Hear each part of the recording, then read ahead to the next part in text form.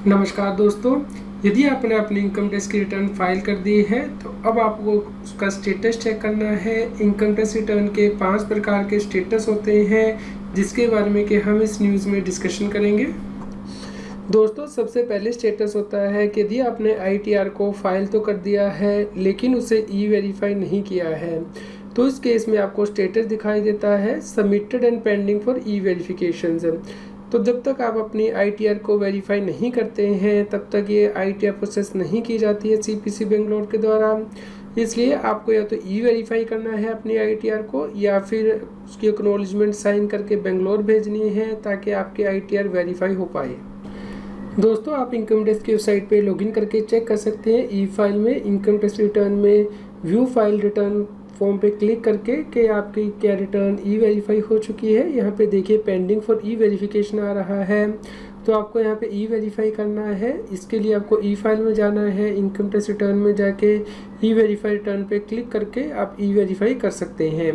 या फिर यदि आप ई वेरीफाई नहीं कर पा रहे हैं तो उस केस में आप यहाँ से जो रसीट है यानी कि एक्नॉलेजमेंट डाउनलोड कर लीजिए और उसे साइन करके बेंगलोर भेज दीजिए।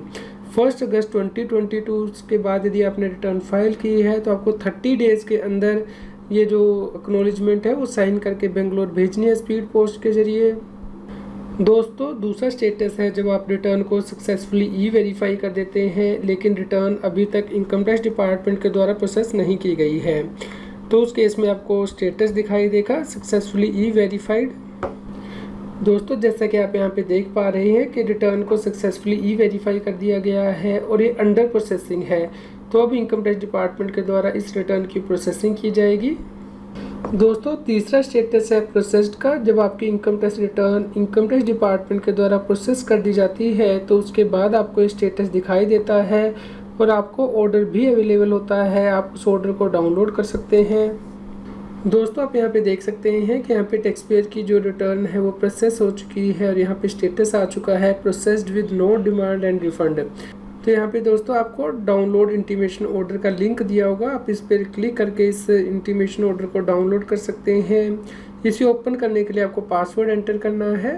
पासवर्ड आपका पैन नंबर और डेट ऑफ बर्थ होगा।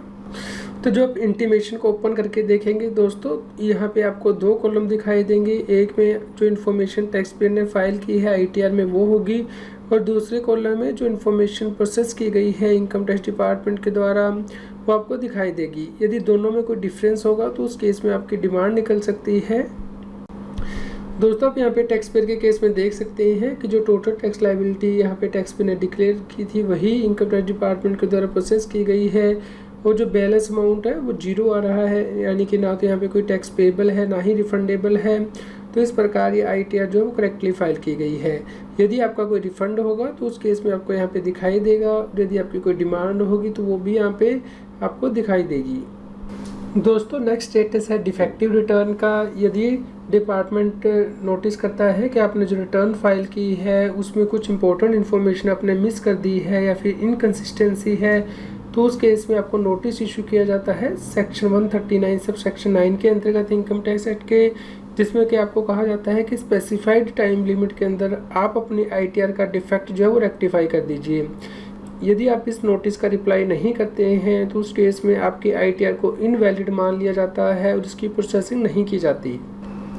दोस्तों, यदि आपकी जो आईटीआर फाइल की गई है वो डिफेक्टिव है तो इस प्रकार का आपको यहाँ पे स्टेटस दिखाई देता है आईटीआर फाइल डिफेक्टिव और इनकम्प्लीट।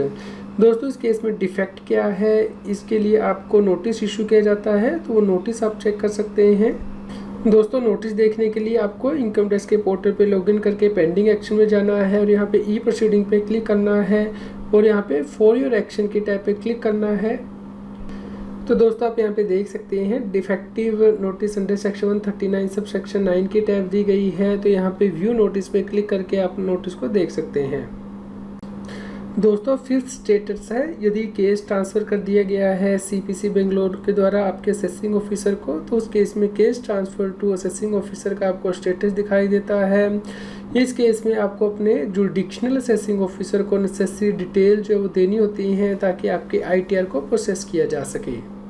जैसे कि आप दोस्तों यहाँ पे देख सकते हैं, यहाँ पे जो रेक्टिफिकेशन राइट है वो एएसटी को यानी कि असेसिंग ऑफिसर को ट्रांसफ़र किए गए हैं तो इस केस में टैक्स पेयर को असेसिंग ऑफिसर को कॉन्टैक्ट करना है ताकि उससे रेक्टिफिकेशन करवाई जा सके। इस प्रकार दोस्तों आप आसानी से इनकम टैक्स की वेबसाइट पे लॉगिन करके अपनी ITR का स्टेटस चेक कर सकते हैं, जो नेसेसरी एक्शन है वो ले सकते हैं। उम्मीद करते हैं आपके लिए यह न्यूज़ यूज़फुल रही होगी। कृपया लाइक कीजिए और शेयर कीजिए ताकि सभी लोगों तक यह जानकारी पहुंच पाए और वो इनकम टैक्स की कॉम्प्लायंस कर पाएँ। रेगुलर GST और टैक्स अपडेट के लिए इस चैनल को सब्सक्राइब करें। आप हमें Telegram app CA Satbir Singh टैक्सील पर ज्वाइन कर सकते हैं ताकि आप GST और इनकम टैक्स के रेगुलर अपडेट अपने मोबाइल पर ही प्राप्त कर सकें।